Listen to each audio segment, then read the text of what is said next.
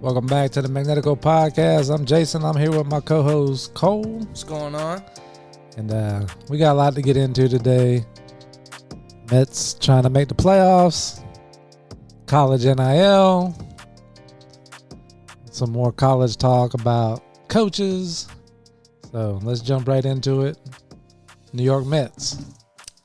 We're fighting right now. We're fighting. We had the game against the Braves, and it went kind of like it goes when the Mets play the Braves. They hit everything. They just dominated us.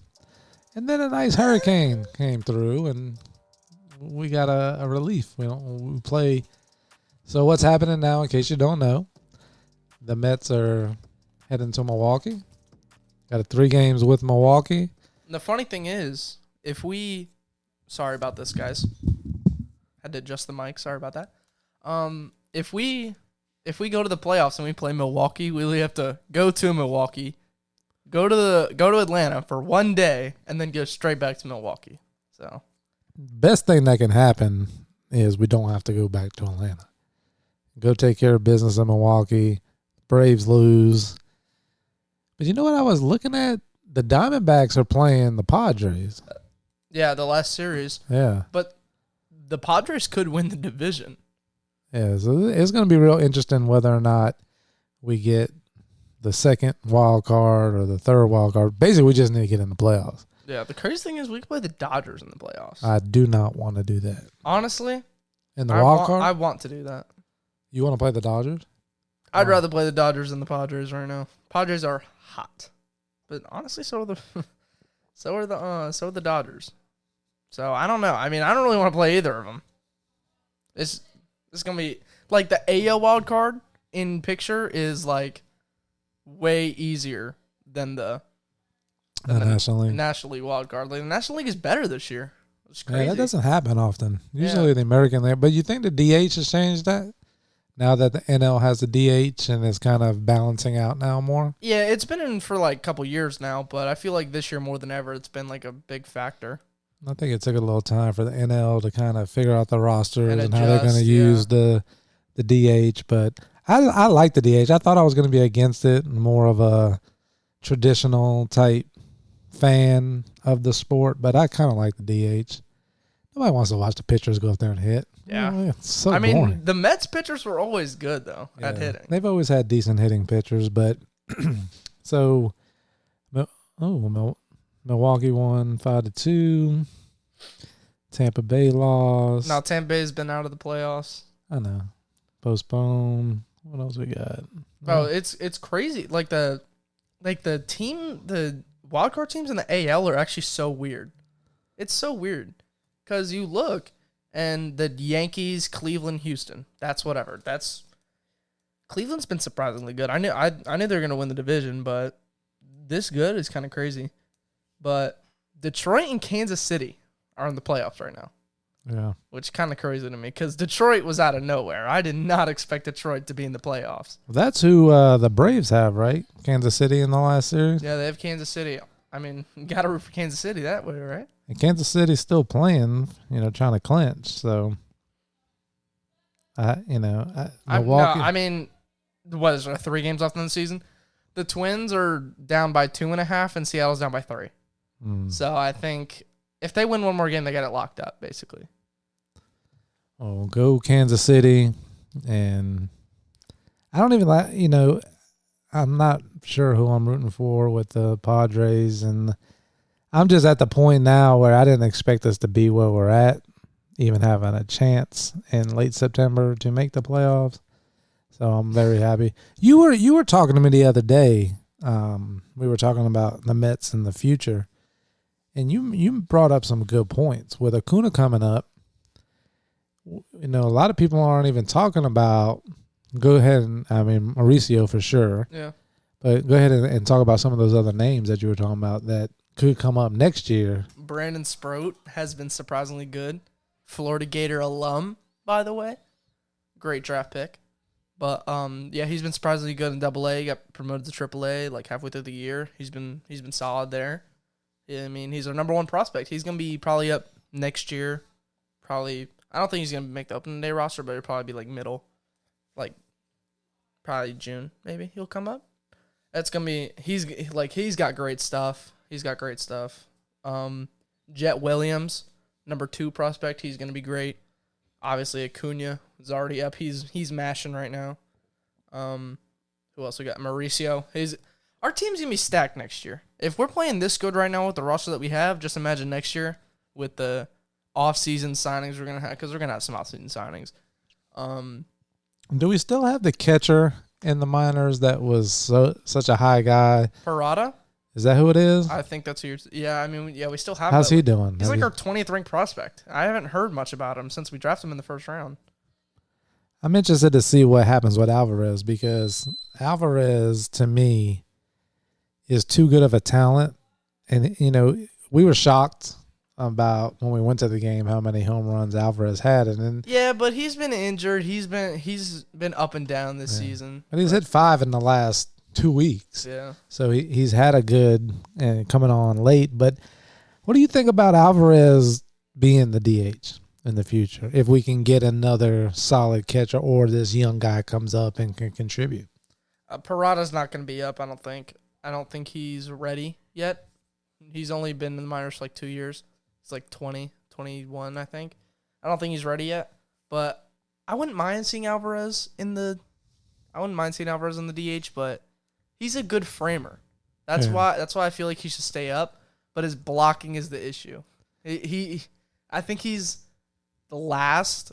I think he's literally the 30th best blocker out of all starting catchers in the major leagues. Well, my concern with him is how many injuries that he's getting, and a lot of the injuries to the wrist, to the hand, playing that catcher position, which then, like you just made reference to, it turns around and affects the offense. Yeah. When your hands aren't 100%, it is very hard to hit a baseball. Yep. And at the major league level, it's almost impossible. So it's something to think about as we move forward in this offseason with free agency. Maybe there's a guy out there that they could bring in and maybe not turn it over to that other guy, but, spare Alvarez maybe 3 days a week, play the DH position, especially when you were talking about where's Mauricio going to go, because at this point, Vientos is the third baseman. Yeah. You can't. He's the third baseman. I low-key feel bad for Beatty, man. But that's the thing, Cole. You get your opportunity, and you got to make the most of it. He's gotten twice the opportunity. He was solid to start the year, then he just trickled down. He just started playing like Brett Beatty last year. And one thing about Brett Beatty is I would love to trade Brett Beatty. Here's why. Good talent. He's proven it at the minor league level. Mm-hmm. He's come up in the majors and put on tape some good ABs, has some success. He's had some good defense too. Has some good defense. But not everybody, we've talked about this on previous pods, not everybody can play in New York. He's the type of guy, Travis d'Arnaud. If he went to Atlanta, if Brett Beatty went to Atlanta, Milwaukee, St. Louis, he may have a lot more success than he's having in the Big Apple. Yeah. So I would look to trade him this offseason. But another thing I want to touch on is Francisco Lindor's injury. Now, he was scheduled to play yesterday if they would have played. When you get facet injections in your back, and technology is a lot better now than it used to be, even back when David Wright was having back injuries. Technology is advancing every day. So I hope the doctors can, help him along and he can kind of play out his contract. But, a 271, 31 home runs, 86 RBIs, 836 OPS, I don't know if he has a lingering back issues. Those numbers are going to be declining. Yeah. Now his leadership kind of made me a captain of the team, especially if Pete doesn't resign, which I think he will. But I don't know if he will. You know where I saw that they're going to try to get Pete? What? St. Louis. That'd be interesting. I think Paul Goldschmidt might retire. They're saying Paul's going to retire. Just and they're going to make a run. That's tough. They can't pay him what the Mets can pay him. Yeah. So it's really going to come down Bro, Pete loves playing in New York, man. He really does. But honestly, if it's up to me, I don't think he's gonna resign, and that's unfortunate. You really don't think he's going to resign? No. The problem with it is his agent, and we've talked about this before. Yeah. His agent is a money hungry, gonna try to, and he's gonna be in pizza. You can get more here, and then you see what happens with it. And we talked about it on previous podcasts, and we broke down all his clients that were not signed by spring training, and then ended up taking less money.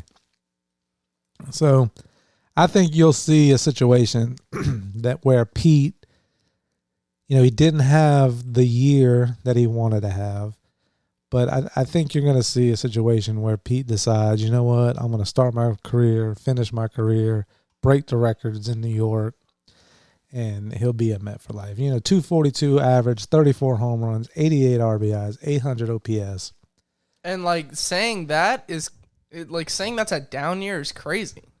Well, the 242 average is what? That's up, though. From last year, Yeah. He had a 220 last year. Yeah. That's up. So that's good. So we'll see what happens. The one that kills me is Jeff McNeil. Jeff McNeil is just... Because we paid him, I think, 2023 offseason, or was it 2024? I don't remember, but... I think it was 2023. Because we paid him a bag after he won the batting title. Jeff McNeil, before his injury, was batting .238 with 12 home runs, 44 RBIs, and a .692 OPS. Which is just, it's not great. That's terrible. If you compare it to his... I mean, you can't really replicate the 2022 season, unless you're like Luis Ariz or something. But this is the one here. Mark Vientos. He has played 107 games, had 396 at-bats. So 107 games out of the 162 because he started the year in the minors. He's batting .270 with 26 home runs, 68 RBIs, and an .851 OPS. That's nuts. You could go down, going into next year, he's probably one of the top 3-4 third basemen in all of baseball. Interesting take. Yeah. Top 3, you said? I mean, how old is he? He's 24 years old. I like this kid. I like the kid. I did too. The lights aren't too bright for him. He's had way better plate discipline this year too, which is why he's hitting so good, which is why he's having the season that he's having. But top 3, I don't know, because it's not like he's playing premier defense at third. No. He's got a great bat, but top 3, I don't know. And Acuna coming up is batting. Only played 10 games so far, 32 at bats, but hitting .375 with 3 home runs, 6 RBIs, and a 1.175 OPS. There's a small sample size. So small sample size.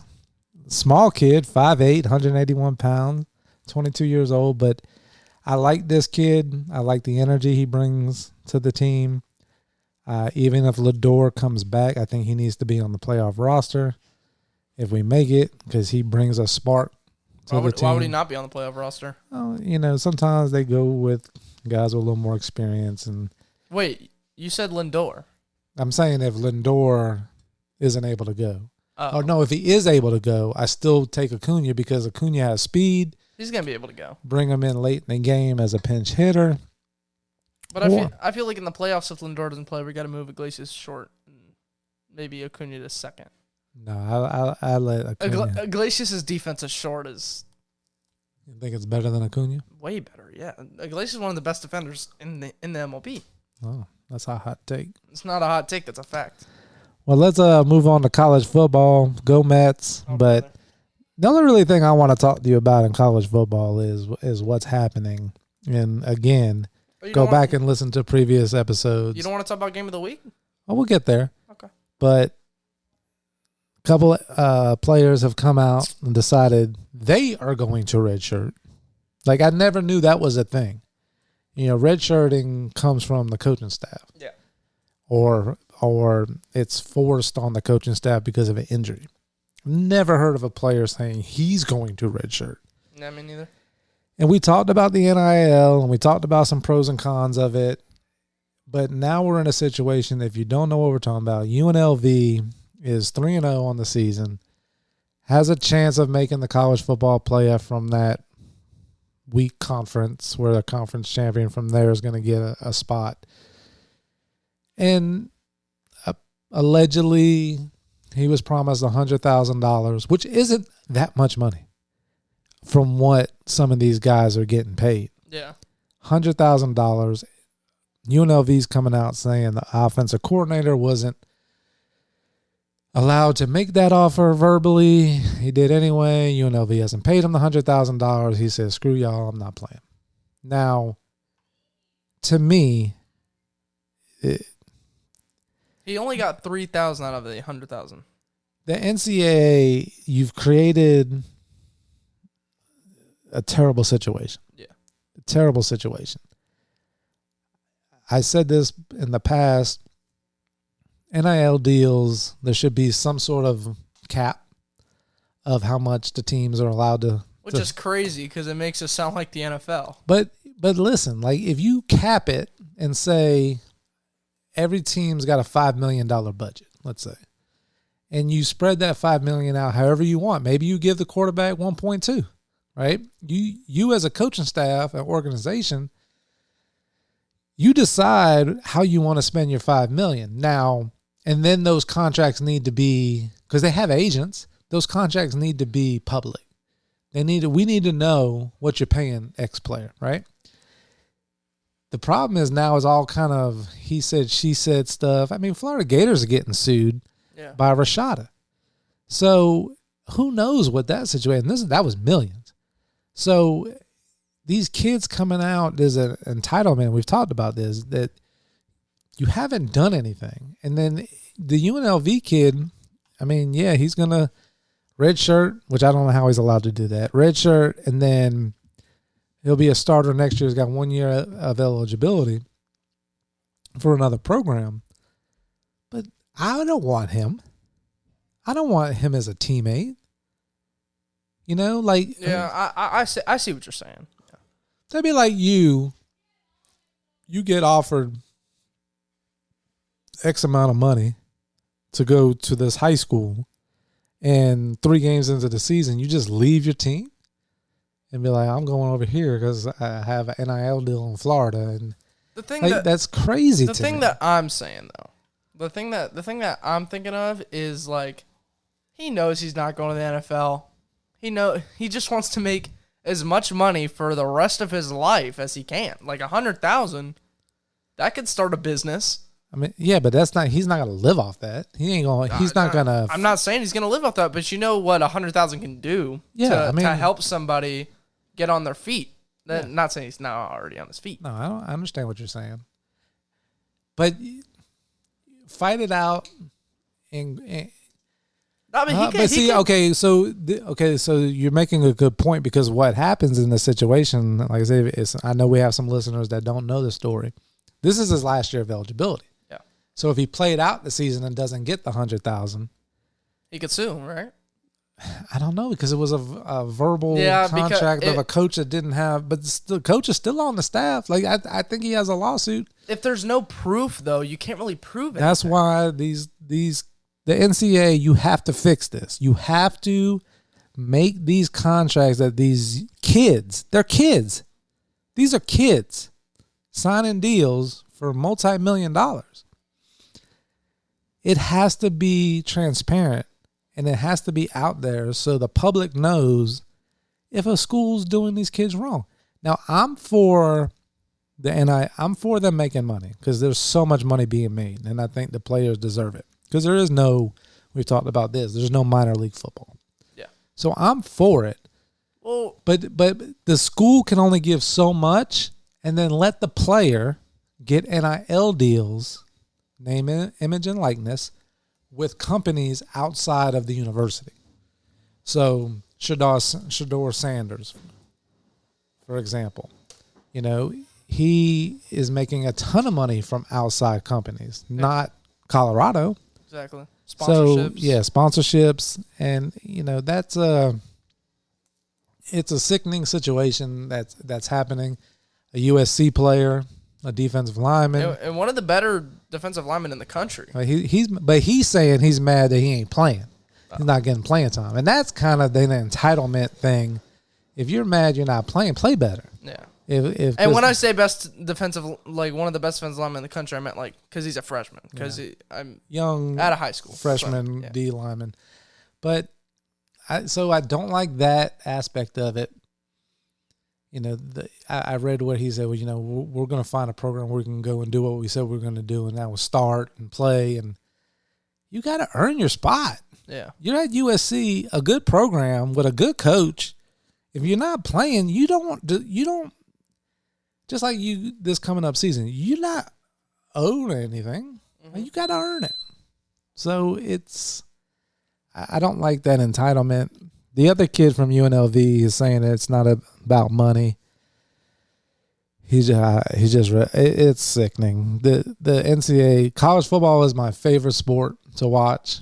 I love the passion and the fans and everything about it, but it's being ruined by the money, by greed and money. Yeah, and it seems to me like a simple fix.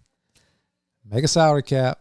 Let the kids make as much money outside of the university, but the university can only spend X amount of dollars. Yeah, and move on. I've got to agree. I'm not gonna lie, I have to agree with you. The other thing they got to fix the NCAA is these buyouts for coaches. If you sign a 7-year, $50 million contract, and they want to fire you after 2 years, you shouldn't have a buyout of $28 million. You sucked. I'm saying you suck.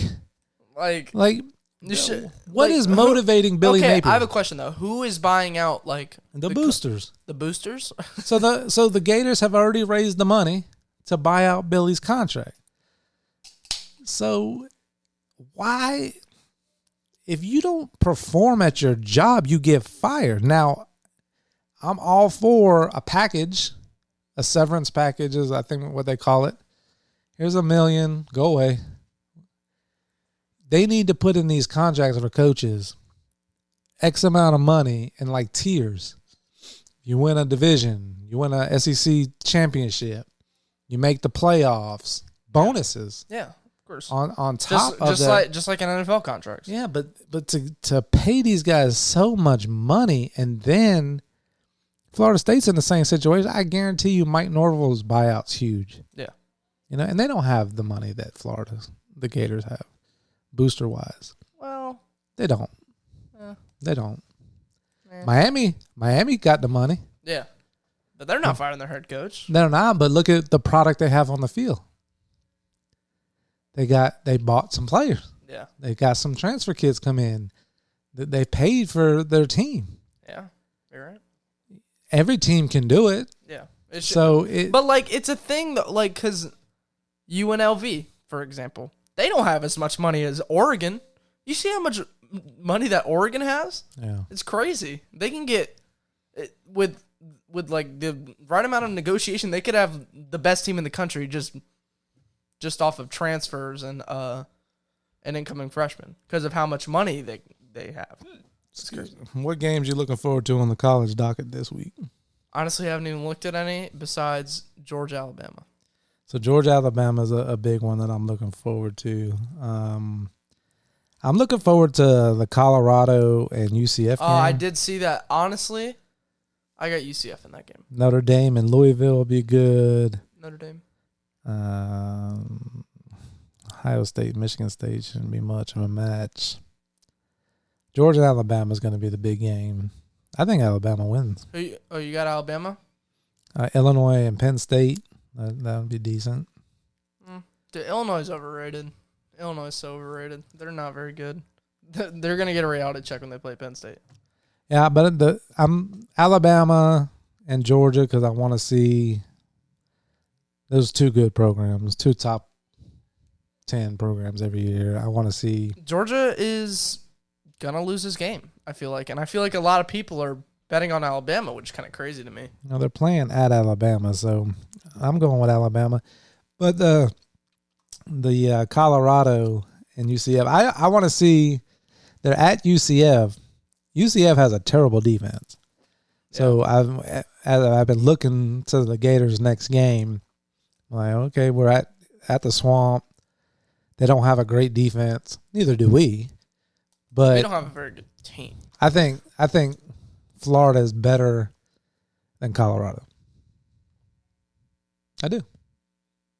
With the Florida team that we have right now is better than Colorado. So I want to see Colorado. I think you're bugging. I think you're bugging.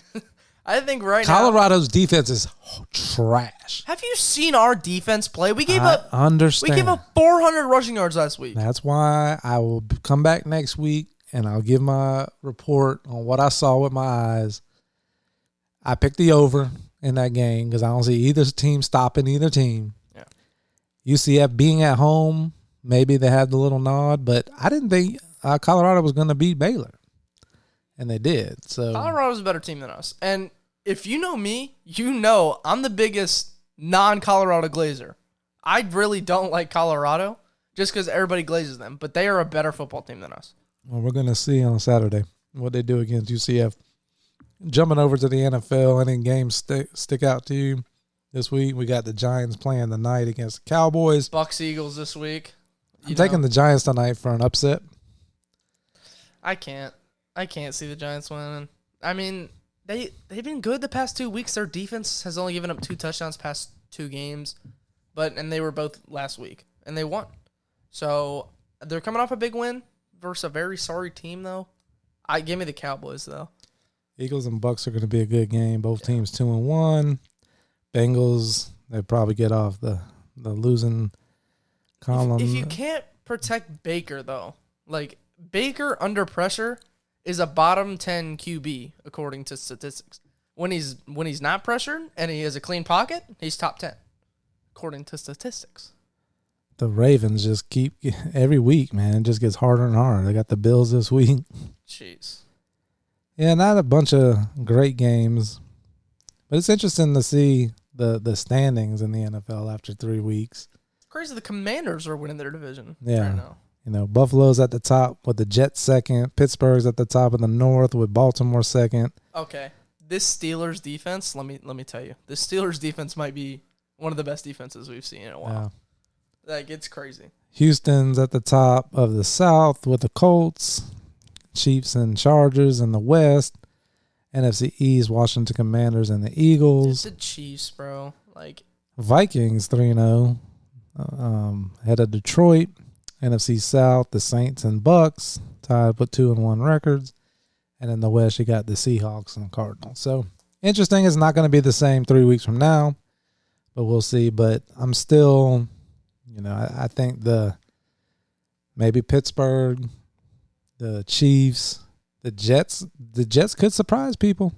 I don't think it'd be very surprising. I think the Jets are a good football team. Yeah. But the Bills are going to be tough to take down in the East, AFC East. It's crazy, bro, because I cannot watch a Chiefs game this year. Why? I just can't.